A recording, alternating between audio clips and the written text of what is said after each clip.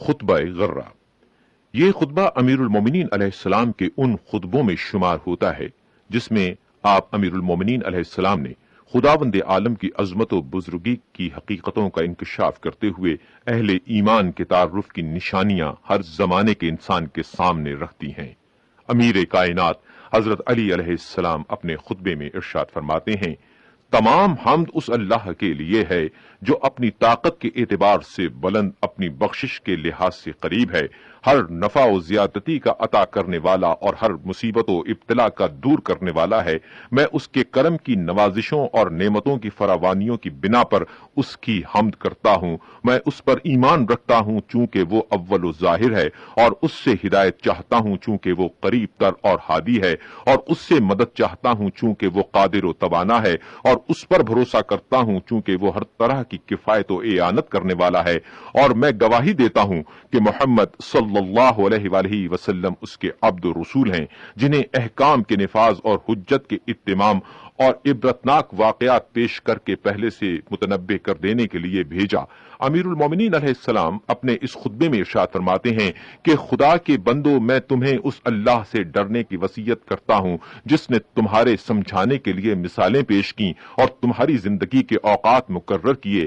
تمہیں مختلف لباسوں سے ڈھانپا اور تمہارے رزق کا سامان فراہم کیا۔ اس نے تمہارا پورا جائزہ لے رکھا ہے اور تمہارے لیے جزا مقرر کی ہے، اور تمہیں اپنی وسیع نعمتوں اور فراخ عطیوں سے نوازا اور مؤثر دلیلوں سے تمہیں متنبہ کر دیا۔ وہ ایک ایک کر کے تمہیں گن چکا ہے، اور اس مقام آزمائش و محل و عبرت میں اس نے تمہاری عمریں مقرر کر دی ہیں۔ اس میں تمہاری آزمائش ہے اور اس کی درآمد و برآمد پر تمہارا حساب ہوگا۔ اس دنیا کا گھاٹ گندلا اور سیراب ہونے کی جگہ کیچڑ سے بھری ہوئی ہے، اس کا ظاہر خوشنما اور باطن تباہ کن ہے۔ یہ ایک مٹ جانے والا دھوکہ، غروب ہو جانے والی روشنی، ڈھل جانے والا سایہ اور جھکا ہوا ستون ہے۔ جب اس سے نفرت کرنے والا اس سے دل لگا لیتا ہے اور اجنبی اس سے مطمئن ہو جاتا ہے تو یہ اپنے پیروں کو اٹھا کر زمین پر دے مارتی ہے اور اپنے جال میں پھانس لیتی ہے اور اپنے تیروں کا نشانہ بنا لیتی ہے، اور اس کے گلے میں موت کا پھندا ڈال کر تنگ و تار قبر اور وحشتناک منزل تک لے جاتی ہے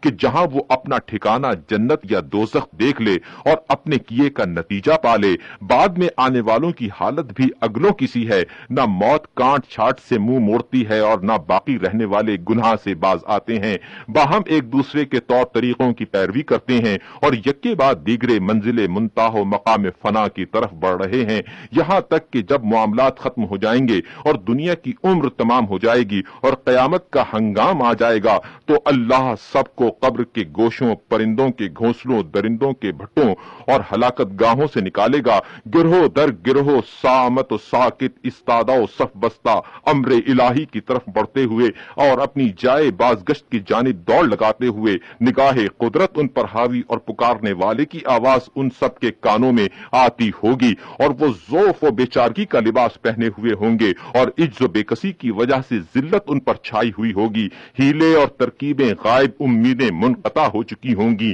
دل مایوسانہ خاموشیوں کے ساتھ بیٹھتے ہوں گے، آوازیں دب کر خاموش ہو جائیں گی، پسینہ منہ میں پھندا ڈالے گا، وحشت بڑھ جائے گی، اور جب انہیں آخری فیصلہ سنانے، عملوں کا معاوضہ دینے اور عذاب و عقوبت اور اجر و ثواب کے لیے بلایا جائے گا تو پکارنے والے کی گرجدار آواز سے کان لرز اٹھیں گے، یہ بندے اس کے اقتدار کا ثبوت دینے کے لیے وجود میں آئے ہیں اور غلبہ و تسلط کے ساتھ ان کی تربیت ہوئی ہے، اور نزا کے وقت ان کی روحیں قبض کر لی جاتی ہیں اور قبروں میں رکھ دیے جاتے ہیں کہ جہاں یہ ریزہ ریزہ ہو جائیں گے، اور پھر قبروں سے اکیلے اٹھائے جائیں گے اور عملوں کے مطابق جزا پائیں گے، اور سب کو الگ الگ حساب دینا ہوگا۔ انہیں دنیا میں رہتے ہوئے گلو خلاصی کا موقع دیا گیا تھا اور سیدھا راستہ بھی دکھایا جا چکا تھا، اور اللہ کی خوشنودی حاصل کرنے کے لیے مہلت بھی دی گئی تھی، شک و شبہات کی تاریکیاں ان سے دور کر دی گئی تھیں، اور اس مدت حیات و آماج گاہ عمل میں انہیں کھلا چھوڑ دیا گیا تھا تاکہ آخرت میں دوڑ لگانے کی تیاری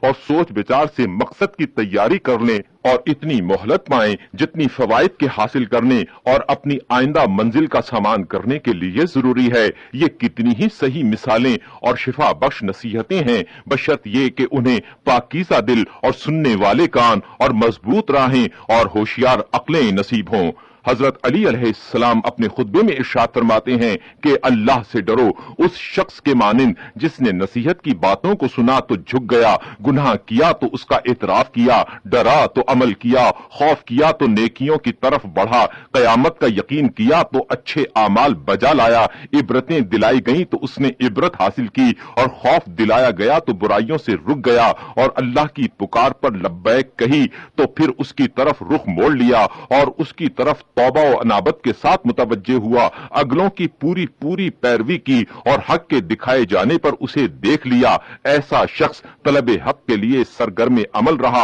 اور دنیا کے بندھنوں سے چھمٹ کر بھاگ کھڑا ہوا، اور اس نے اپنے لیے ذخیرہ فراہم کیا اور باطن کو پاک و صاف رکھا اور آخرت کا گھر آباد کر لیا۔ سفر آخرت اور اس کی راہ نوردی کے لیے اور احتیاط کے مواقع اور فکر و فاقہ کے مقامات کے پیش نظر اس نے زاد اپنے ہمراہ بار کر لیا۔ امیر المومنین علیہ السلام ارشاد فرماتے ہیں کہ اللہ کے بندو، اپنے پیدا ہونے کی غرض و غائد کے پیش نظر اس سے ڈرتے رہو، اور جس حد تک اس نے تمہیں ڈرایا ہے اس حد تک اس سے خوف کھاتے رہو، اور اس سے اس کے سچے وعدے کا ایفا چاہتے ہوئے اور ہول قیامت سے ڈرتے ہوئے ان چیزوں کا استحقاق پیدا کرو جو اس نے تمہارے لیے مہیا کر رکھی ہیں۔ امیر کائنات حضرت علی علیہ السلام اپنے اس خطبے میں ارشاد فرماتے ہیں، اللہ نے تمہارے لیے کان بنائے تاکہ ضروری اور اہم چیزوں کو سن کر محفوظ رکھیں، اور اس نے تمہیں آنکھیں دی ہیں تاکہ وہ کوری و بے بصری سے نکل کر روشن و ضیابار ہوں، اور جسم کے مختلف حصے